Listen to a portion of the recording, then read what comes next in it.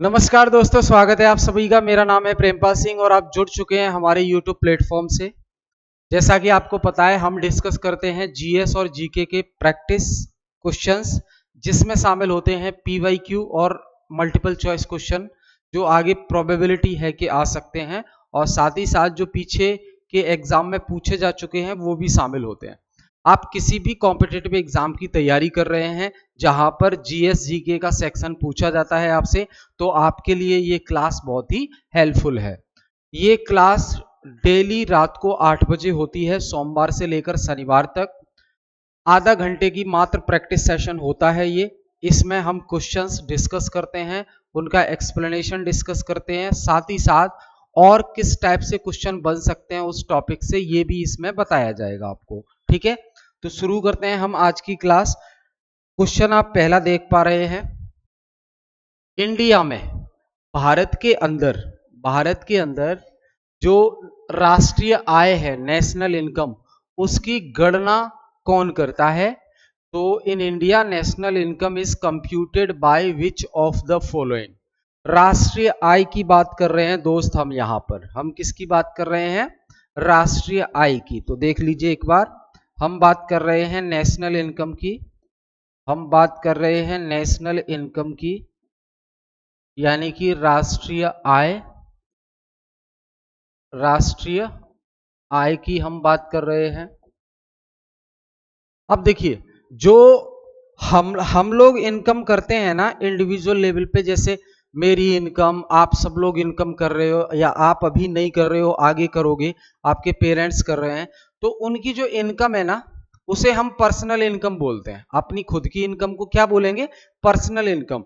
हर महीने जिस जिस सोर्स से हमारी इनकम आ रही है, हम उस टोटल को क्या बोलेंगे? पर्सनल इनकम बोलेंगे। वैसे ही हर कंट्री की इनकम होती है हर साल की, तो उसे हम नेशनल इनकम बोलते हैं। अब एक्चुअली में ये जो नेशनल इनकम है, ये वही नेशनल इनकम है जिसमें हम ये सारे कॉन्सेप्ट पढ़ते हैं कि जीडीपी क्या होता है, ग्रॉस डोमेस्टिक प्रोडक्ट, जीएनपी क्या होता है, ग्रॉस नेशनल प्रोडक्ट, और फिर हम देखते हैं एनडीपी क्या होता है, नेट डोमेस्टिक प्रोडक्ट। फिर देखते हैं हम एनएनपी क्या होता है, नेट नेशनल प्रोडक्ट। अब एनएनपी को अगर फैक्टर कॉस्ट पर काउंट करते हैं, एनएनपी को अगर फैक्टर कॉस्ट पर काउंट करते हैं, यानी कि लागत मूल्य पर अगर एनएनपी को टोटल किया जाता है, तो ये एनएनपी फैक्टर कॉस्ट पर ही क्या कहलाती है? नेशनल इनकम कहलाती है। क्या कहलाती है? नेशनल इनकम कहलाती है। ठीक, ये हम इकोनॉमिक्स की क्लास में पढ़ते हैं। जो बैच में इकोनॉमिक्स की क्लास चल रही है मेरी, उसमें हम पढ़ते हैं ये टॉपिक डिटेल में। अब आपसे सवाल ये पूछा है कि ये जो नेशनल इनकम है, किसी भी देश की इनकम को नेशनल इनकम बोला जाता है। ये नेशनल इनकम 3 सेक्टर से आती है। ये नेशनल इनकम 3 सेक्टर से आती है। पहले को बोलते हैं प्राथमिक क्षेत्र, पहले को बोलेंगे प्राथमिक क्षेत्र, यानी कि प्राइमरी सेक्टर। क्या बोलेंगे? प्राथमिक क्षेत्र, यानी कि प्राइमरी सेक्टर।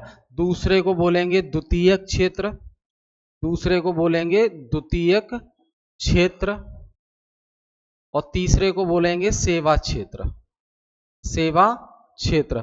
इन तीनों क्षेत्र से मिलकर ही किसी देश की इनकम बनी होती है, जिसे हम नेशनल इनकम कहते हैं। प्राइमरी सेक्टर में आपको पता है क्या आता है? कृषि आता है, कृषि पूरा, और इसके अलावा कृषि से संबंध रखने वाली चीजें जैसे कि मछली उत्पादन, फिशरीज, है ना, और आपका रेशम उत्पादन, डेयरी, पशुपालन, मुर्गी पालन, मधुमक्खी बी कीपिंग, मधुमक्खी पालन, ये सब आ जाएंगे। ठीक है, प्राथमिक क्षेत्र में। द्वितीयक क्षेत्र में जो उत्पादन होता है सामान का, वो आ जाएगा। सेवा क्षेत्र में आप जानते ही हैं कोई सामान नहीं आता, इसमें सेवाएं आती हैं, सर्विसेज, जैसे कि बैंक ट्रांसपोर्ट,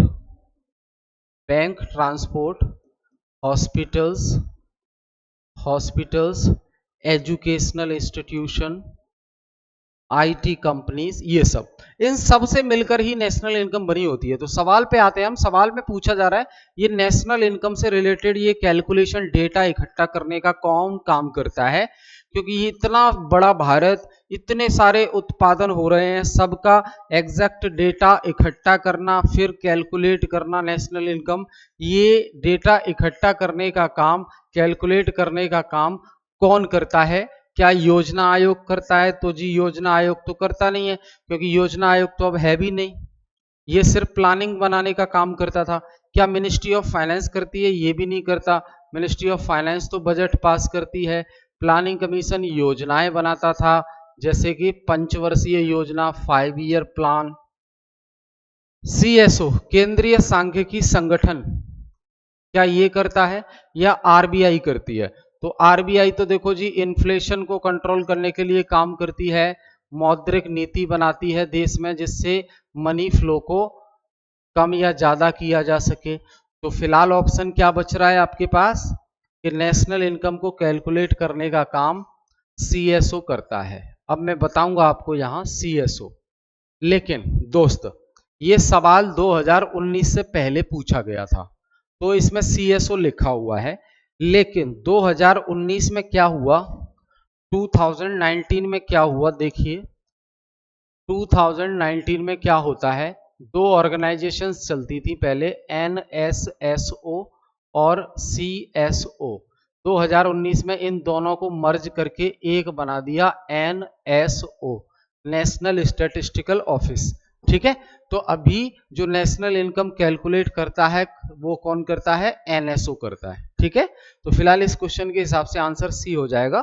मैंने वैसे ब्रैकेट में लिख रखा है एनएसओ, लेकिन क्वेश्चन में सीएसओ आया था, क्योंकि ये 2019 से पहले का प्रश्न है। ठीक है, आई होप चीजें क्लियर है। आगे बात करें, the country which is the largest silk producer in the world, निम्नलिखित में से कौन सा वो देश है जो सबसे बड़ा प्रोड्यूसर है सिल्क का, यानी कि रेशम का? रेशम उत्पादन में विश्व में सबसे नंबर 1 कौन है? रेशम उत्पादन, रेशम उत्पादन में नंबर 1 कौन है पूरे विश्व में? तो जी पूरे विश्व में रेशम उत्पादन में नंबर 1 है चीन।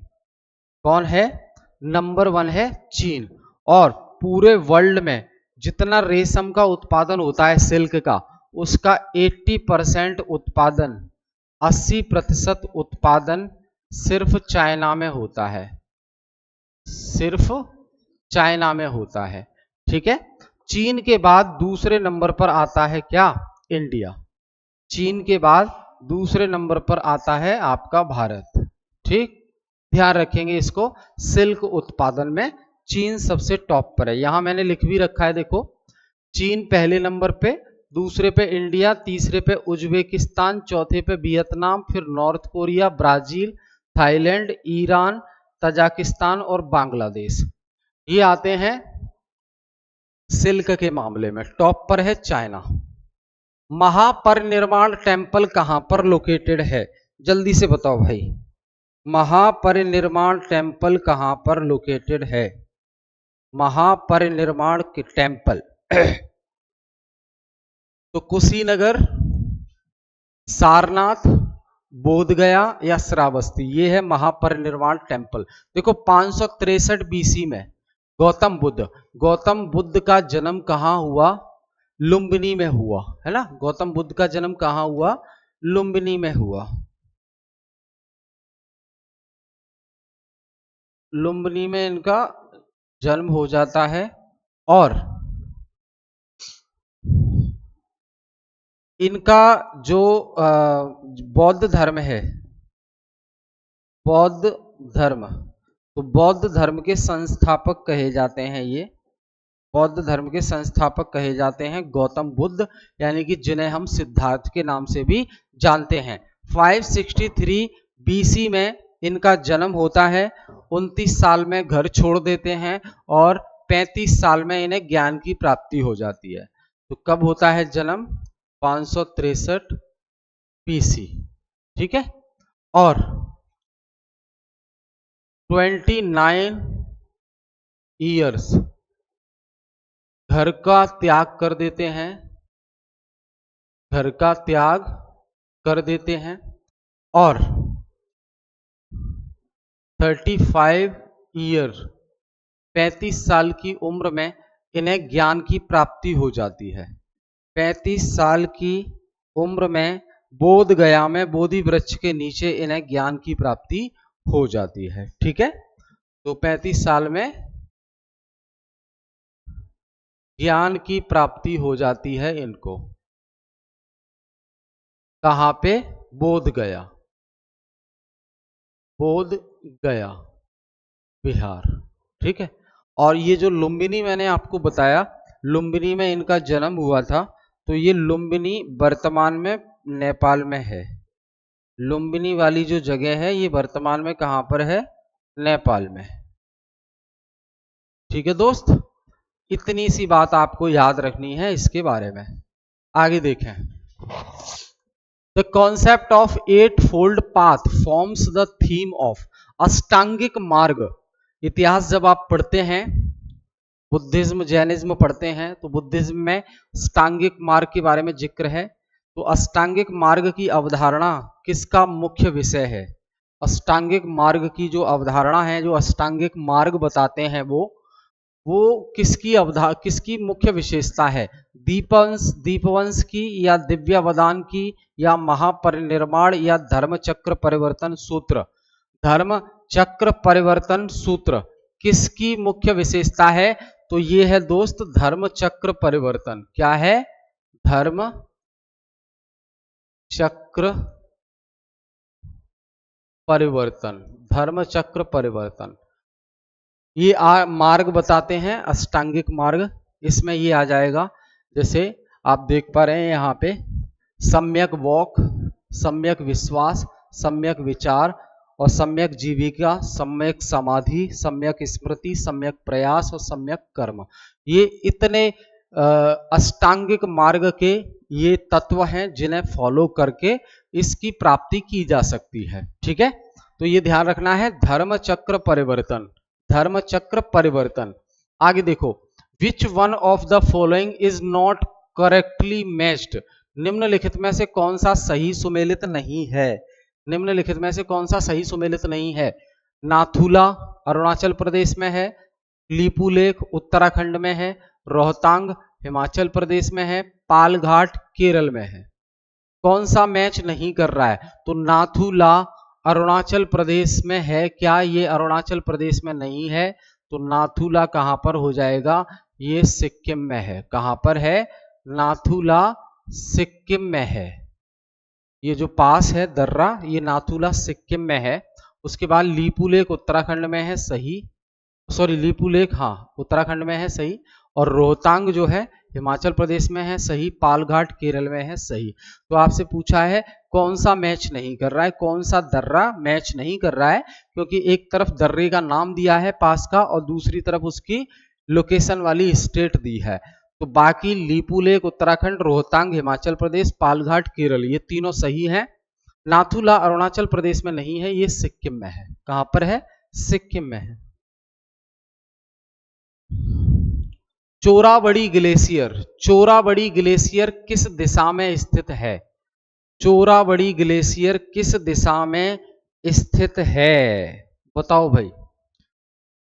केदारनाथ मंदिर के दक्षिण में, केदारनाथ मंदिर के पश्चिम में, या केदारनाथ मंदिर के उत्तर में, या केदारनाथ मंदिर के पूर्व में? छठवां प्रश्न है आपके सामने। तो इसका सही आंसर हो जाएगा आपका केदारनाथ मंदिर के उत्तर में, क्योंकि ये रुद्रप्रयाग में है। कहां पर है? ये जो चोराबड़ी ग्लेशियर है ये आपका रुद्रप्रयाग में है। कहां पर? रुद्रप्रयाग उत्तराखंड, रुद्रप्रयाग उत्तराखंड, चोराबड़ी ग्लेशियर। अब हम बात करें कि भारत का सबसे बड़ा ग्लेशियर कौन सा है?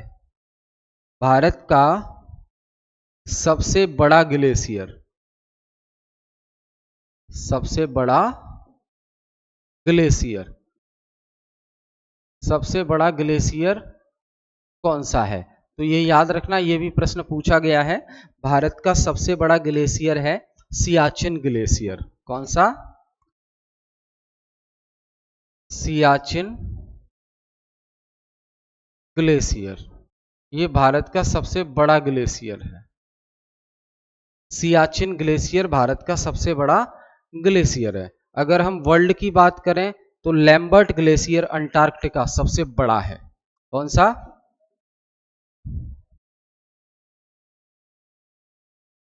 लैम्बर्ट ग्लेशियर,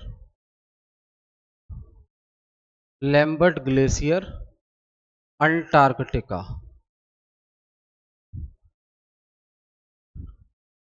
अंटार्कटिका ये है आपका लैम्बर्ट ग्लेशियर।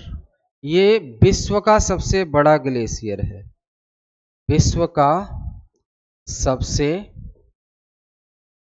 बड़ा ग्लेशियर।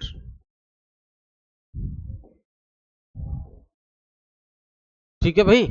तो आपसे पूछा है चोराबड़ी ग्लेशियर किस दिशा में स्थित है, तो ये इसकी लोकेशन रुद्रप्रयाग उत्तराखंड में है। और फिर हमने देखा कि भारत का फिर सबसे बड़ा ग्लेशियर कौन सा है, तो सियाचिन ग्लेशियर। और विश्व का सबसे बड़ा ग्लेशियर है Lambert Glacier, Lambert Glacier Antarctica. फिर है आपका consider the following cities located on western coast of India. Western coast पर जो पश्चिमी दिशा में, पश्चिमी तट पर ये जो सिटी लोकेटेड हैं, इनको ध्यान में रख के आपको जवाब देना है। 7वां प्रश्न है which of the following option represent correct order. Correct order कौन सा ऑप्शन बता रहा है, करेक्ट ऑर्डर कौन सा ऑप्शन बता रहा है। ये वेस्ट लोकेटेड कोस्ट है, मतलब ऐसी सिटीज जो वेस्टर्न कोस्ट के आसपास स्थित हैं उनका सही क्रम आपको बताना है। तो ये है जंजीरा, कन्नूर और नगरकोल और सिंधुदुर्ग।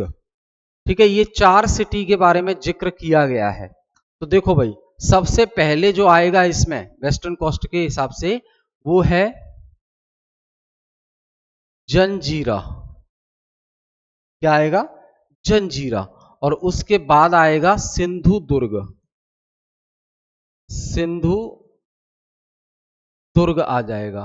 और फिर उसके बाद आएगा आपका कन्नूर, यहां लिख रहा हूं मैं कन्नूर। और लास्ट में आ जाएगा आपका नगरकोइल, नगरकोइल। ये आपका सीक्वेंस हो गया, तो आपका डी आंसर हो जाएगा। ठीक है, ये लिखा है Janjira located in Raigad district of Maharashtra. ये जंजीरा जो है महाराष्ट्र की रायगढ़ डिस्ट्रिक्ट में है। और सिंधुदुर्ग जो है जो सिंधुदुर्ग डिस्ट्रिक्ट है महाराष्ट्र की, वहां है। कन्नूर जो है ये केरल के अंदर जो कन्नूर नाम की डिस्ट्रिक्ट है वहां पर है।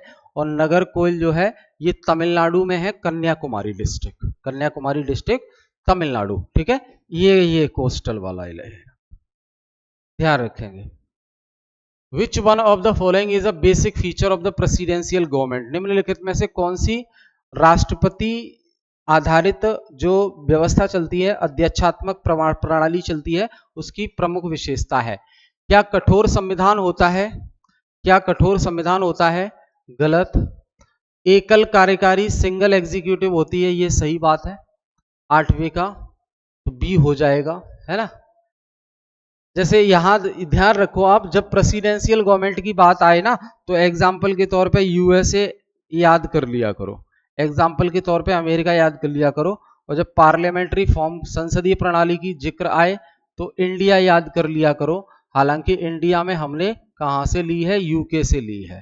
ठीक है, तो ये यूएसए जहां पे प्रेसिडेंशियल फॉर्म ऑफ गवर्नमेंट चलती है, प्रेसिडेंशियल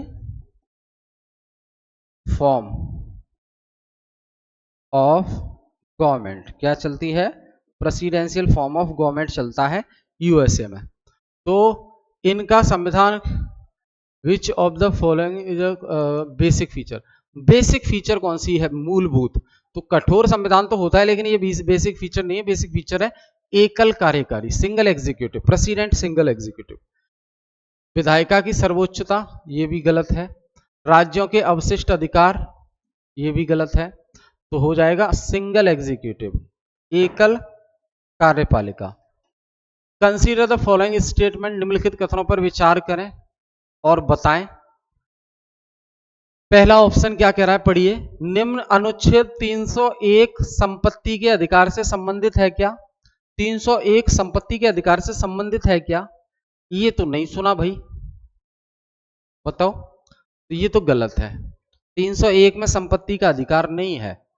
संपत्ति का अधिकार की अगर हम फंडामेंटल राइट के तौर पे भी बात करें तो फंडामेंटल राइट में वो आर्टिकल 31 में आता है, और जब उसे लीगल राइट बना दिया 44th अमेंडमेंट करके 1978 में, तो फिर वो आने लगा किसमें, 300A में। तो पहला तो गलत है क्योंकि 301 राइट टू प्रॉपर्टी से संबंधित नहीं है।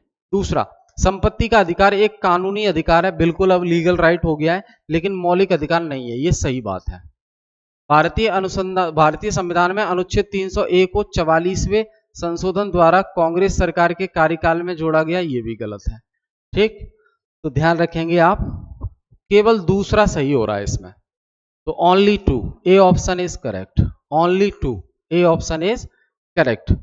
आगे देखिए, under the constitution of India which one of the following is not a fundamental duty. भारतीय संविधान में निम्नलिखित में से कौन सी एक फंडामेंटल ड्यूटी नहीं है, मौलिक कर्तव्य नहीं है? आप जानते हैं जब हम फंडामेंटल ड्यूटीज की बात करते हैं, फंडामेंटल ड्यूटी यानी कि मौलिक कर्तव्य, जब हम मौलिक कर्तव्य की बात करते हैं, मौलिक कर्तव्य की बात करते हैं, तो आपको पता होना चाहिए कि ओरिजिनल कॉन्स्टिट्यूशन में फंडामेंटल राइट नहीं थे। ये कॉन्सेप्ट हमने रसिया से लिया है, ये कॉन्सेप्ट हमने रसिया से लिया है, और पहली बार फंडामेंटल ड्यूटी हमारे संविधान में 42वां संविधान संशोधन करके जोड़ी गई थी। 42वां संशोधन किया गया था, संशोधन कब, 1976 में, और शुरुआत में 10 फंडामेंटल ड्यूटी जोड़ी गई, और बाद में ये 11 हो गई, एक और बढ़ा दिया। इसके लिए 86 नंबर का संशोधन किया गया संविधान में, कब, 2002 में। ये फंडामेंटल ड्यूटी भाग 4A में आती हैं, और इससे रिलेटेड जो आर्टिकल है वो है 51A। और फंडामेंटल ड्यूटी को किस कमेटी की सिफारिश पर जोड़ा गया संविधान में, तो वो है स्वर्ण सिंह कमेटी, स्वर्ण सिंह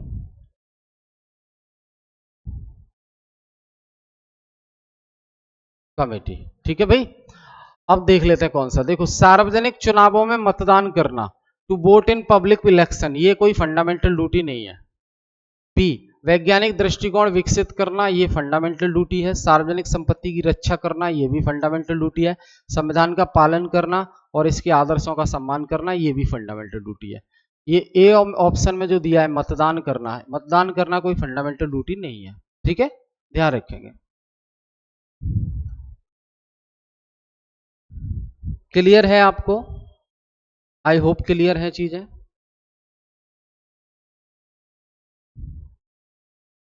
अभी कुछ क्वेश्चन देखिए। भारत 2028 तक दुनिया का सबसे बड़ा वेब 3 डेवलपर हब बनेगा, ऐसा कहा गया है। आईएनएस इम्फाल ने मॉरिशस के 57वें राष्ट्रीय दिवस समारोह में भाग लिया। जो इंडियन नेवल का है आईएनएस इम्फाल, इसने मॉरिशस के 57वें राष्ट्रीय दिवस समारोह में भाग लिया। बलूच लिबरेशन आर्मी ने पाकिस्तान के बलूचिस्तान प्रांत में एक ट्रेन को कब्जा कर लिया, हाईजैक कर लिया। सुनाई होगा आपने कितना विवाद चल रहा है बलूचिस्तान और पाकिस्तान में। नरेंद्र मोदी को मॉरिशस ने the great commander of the order of the star and की ऑफ द इंडियन ओशन से सम्मानित किया है। ये नरेंद्र मोदी को अवार्ड मिला है। रिलायंस जियो ने स्टारलिंक के साथ सैटेलाइट से इंटरनेट प्रदान करने का समझौता किया है। और पहला सौर्य वेदनाम उत्सव बिहार में संपन्न हुआ। योगी आदित्यनाथ ने नोएडा में माइक्रोसॉफ्ट कैंपस की आधारशिला रखी, यानी कि नोएडा में माइक्रोसॉफ्ट जो कंपनी है वो ओपन हो गई है। नोएडा में माइक्रोसॉफ्ट कंपनी ओपन हो गई है। ठीक है। अंतर्राष्ट्रीय भारतीय फिल्म अकेडमी पुरस्कार का आयोजन जयपुर में हुआ है। ठीक है, ये ध्यान रखेंगे आप। तो देखो भाई, ये हमने डिस्कस किए आज के प्रश्न। हम फिर मिलेंगे नेक्स्ट क्लास में कुछ और क्वेश्चंस के साथ। बस आप रिवीजन करते रहिए थ्योरी का और हमारे साथ प्रैक्टिस करते रहिए, ठीक है। हमें उम्मीद है कि इस बार आपका एग्जाम सभी का क्लियर होना चाहिए। जो भी कमी रही हो आपकी स्टडी में उसको दूर करें और पूरा 100% फोकस करें और एग्जाम को क्रैक कर कर ही तसल्ली लें आप, ठीक है। बहुत बहुत धन्यवाद आप सभी का।